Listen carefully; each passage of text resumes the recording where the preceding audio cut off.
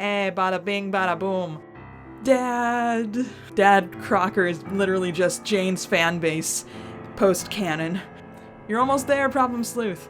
You're almost out of your office. What the heck? Are all these one-liners and camera angles? Look at him. Ah, man, that looks cool. What the hell? How are you? Oh, gosh. I guess we never did actually find out what happened to the Black Queen in this universe. I just assumed the Condis murked her. Okay. But yeah, hi everyone and welcome back to No. It's not even that funny. Why do I keep laughing at my own silly jokes? Homestuck to the bonus stories. We're back with Diamonds, Dames, and Dads, part 3 and 4. Well, I haven't clicked on it yet. But yeah, I guess Snowman's back in the picture. Like I said, I guess. I'm not sure which version of Snowman this is. So, because we know that the one Snowman from, like, I think the Trolls universe or whatever that was, she died.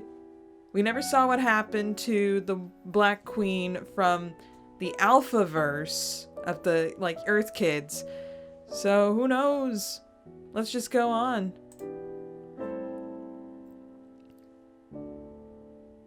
Okay, just waking up. Guess Snowman knocked him out.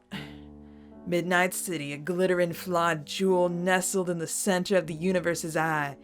Midnight City, the unspeakable promise of you are way too concussed for fancy prose.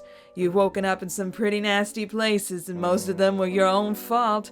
Sticky bar floors, back alleys, blood-splattered hotel rooms, and in one particularly memorable incident, inside a coffin with 3 other guys. Only one of them was actually a corpse. But you digress. I don't want to know if that's like a mafia movie reference or any other movie reference. I still don't get it, but I appreciate it. And you could honestly stand to digress a whole lot more before you're forced to deal with the reality of your current happenstance.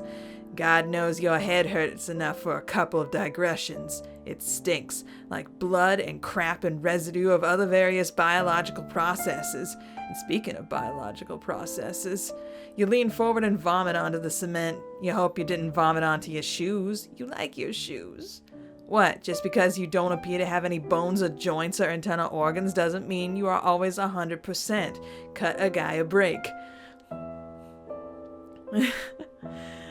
I'm pretty sure you have some sort of internal organs. How else are you, like, digesting or ingesting any of the alcohol you've been drinking? Okay, single light bulb. Got it. The only light is a single bare bulb swinging from a low ceiling. Still too bright in your opinion. What the heck even happened to you? Your brains feel like they've been forcefully removed and then stapled back, but you try to remember. You see the glittering city, feel the cold wind on your face, a pair of fingers offering you a match. Is that Dad on the other side? Right, you hooked up with some dandy and now you're up Craps Creek. At least you aren't alone. Oh gosh, Dad without his hat. This is disturbing. I hate it. At least she put the hats on the table. That's nice of her. You okay there? The guy doesn't sound much better off than you. At least he hasn't puked on his shoes. Squinty squint eyes. You tell him that honestly you've been better. You squint against the pounding in your head and try to get the lay of the land. You're in a room. Square bare walls, cement floor. This is not the kind of room guys are liable to come out of once they go in, and from the expression on your new friend's face, he knows that as good as you do. In fact, you used to do a bit of work in these kinds of places yourself, not professionally or anything like that. You aren't one of those maniacal yahoos who can't get their rocks off without sticking a pin under someone's fingernails. But your boss occasionally needs someone persuaded, and you be dang persuasive.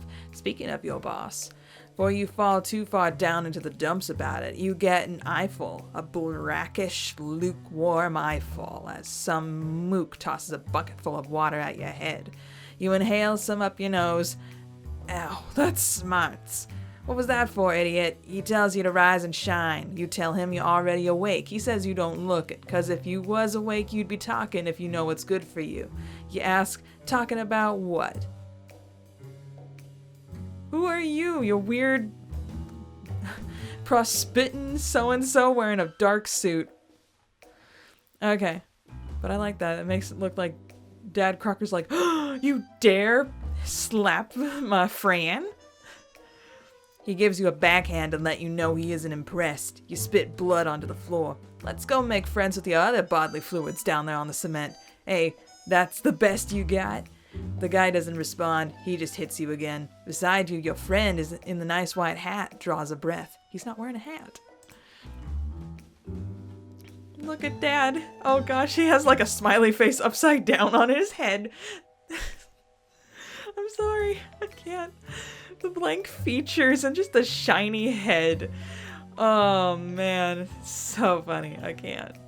Okay, the guy asks you if you're okay quietly, like he thinks this son of a gun isn't gonna hear. He tells you he's got your back. You give him an incredulous look. No offense, buddy, but while this guy is being wailed on isn't really the best of time for promises of fellowship, let's talk later, huh? No way! What? Excuse me? Spade Slick? Which universe? Which universe? And you're working with Snowman? Spade Slick? Kid? What? Okay.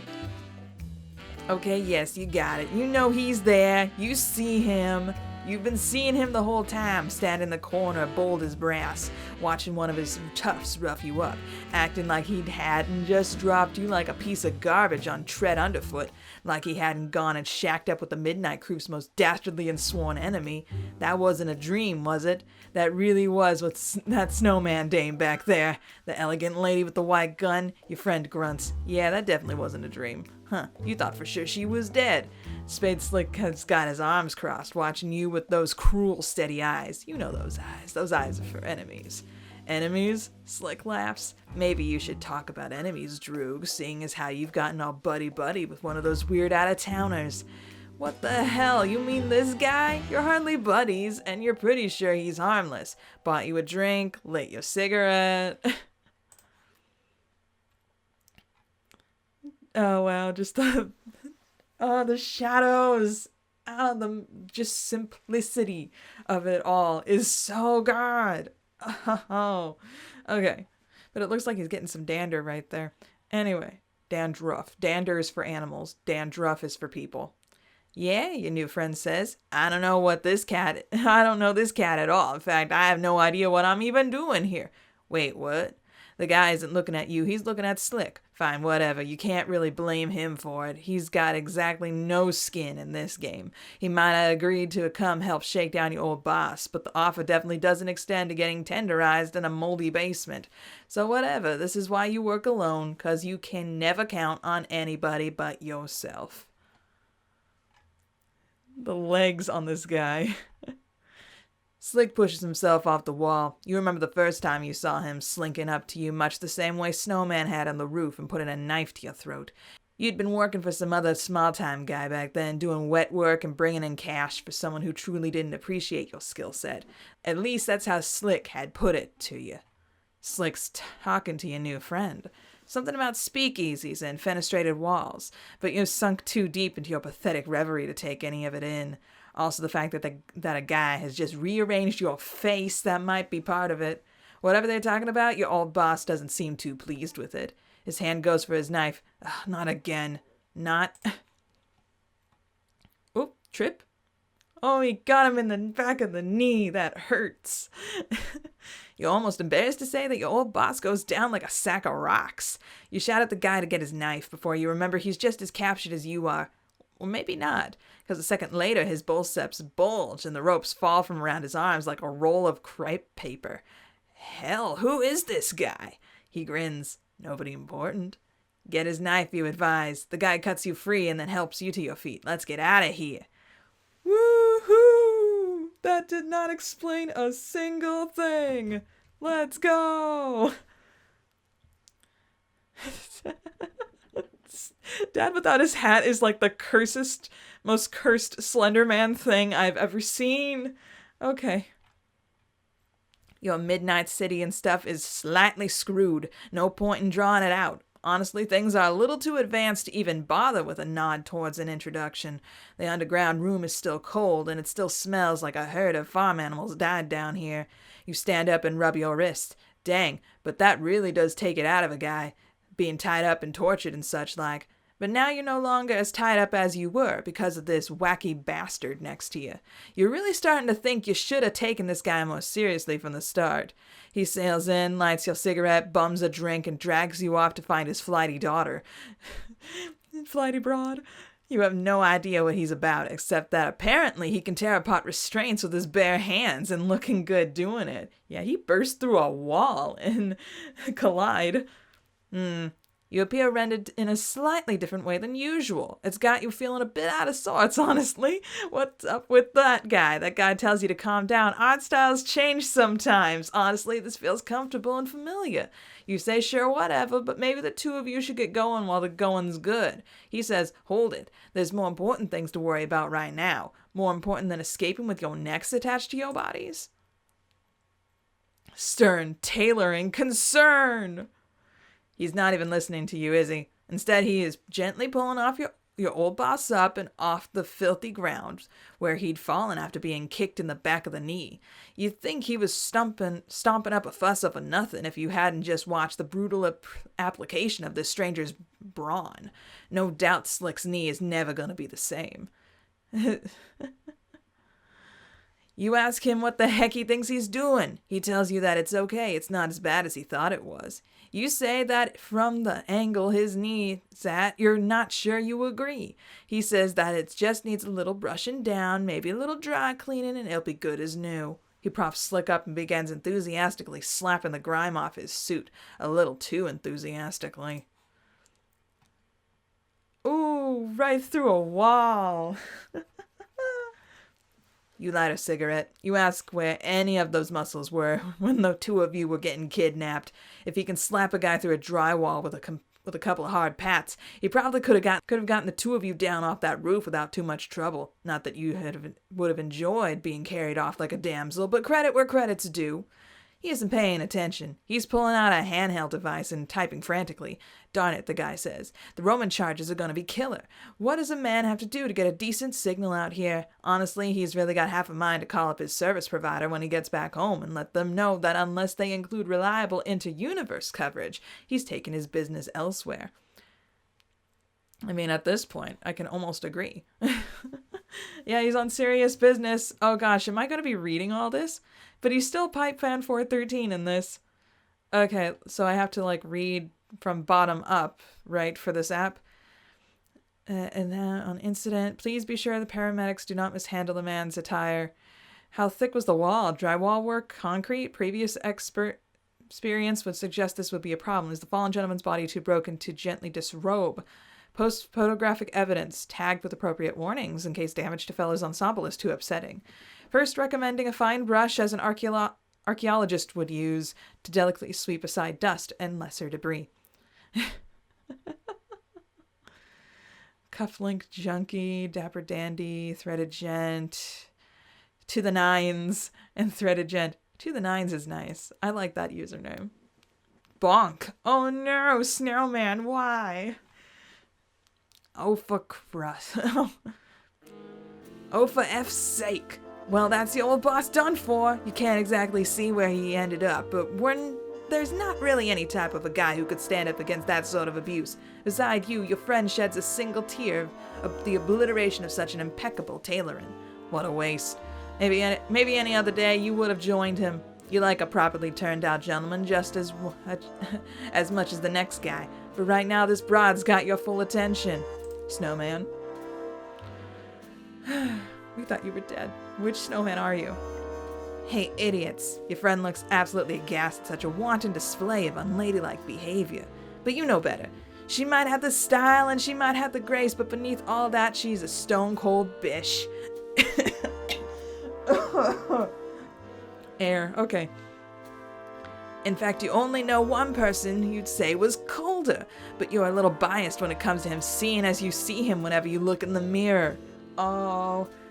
Hey, what's the big idea? She says she doesn't know what you mean. You gestured down the road to where Slick's just been forcibly ejected. Didn't the two of you have a thing going on, you ask her? That's definitely not the way to treat a guy. She asks you if you're an expert on the matter. You say touche. She tells you that the two of you have really put your feet in it now. You better come with her if you know what's good for you. You tell her that if you knew what was good for you, you would have gotten out of this line of work a long time ago. She says, you done being snide? You tell her to take a walk. But your friend here is looking pensive. What do you mean we're in trouble? She says that the two of you have been screwing the timeline. Seriously, after all the trouble she went hooking you up with Slick, don't you have any respect for causation? She drives the three of you downtown and up into a swanky apartment. But the swank is pretty overwhelmed by the sheer amount of nonsense on the walls. You can't make heads or tails of this. What do you say?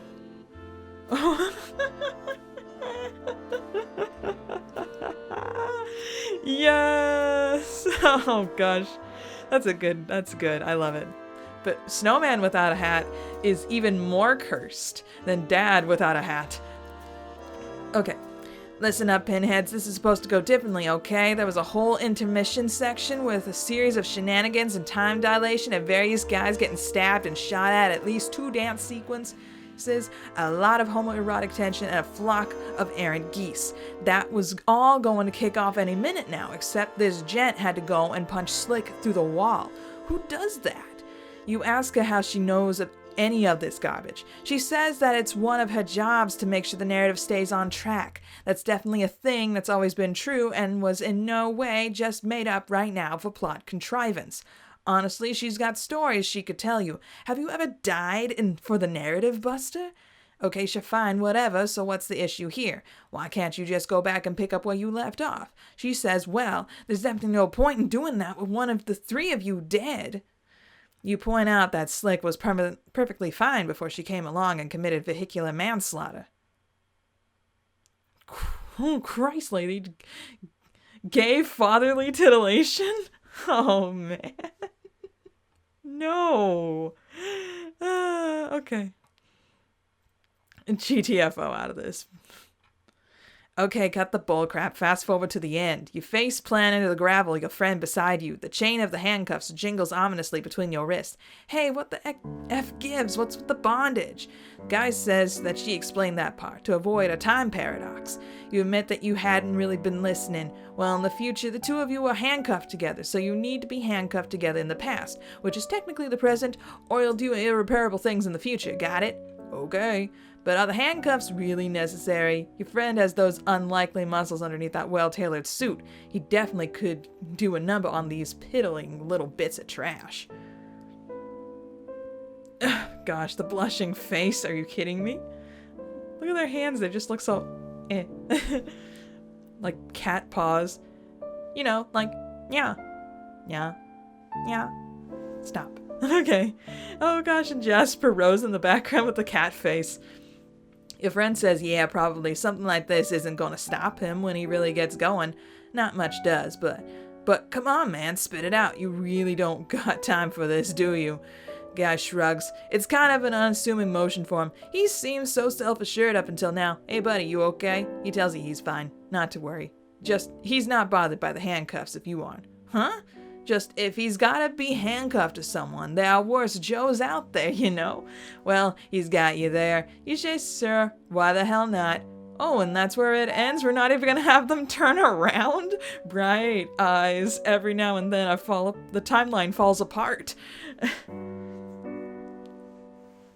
Okay, I guess that's the end for now. Probably good. My phone's about to go off in a minute. But yeah, so Dames, and Dads, I can read and talk at the same time. Has come to a conclusion so far. We'll see how this ends, if/when this ever comes back. Oh geez, there was that alarm I told you about.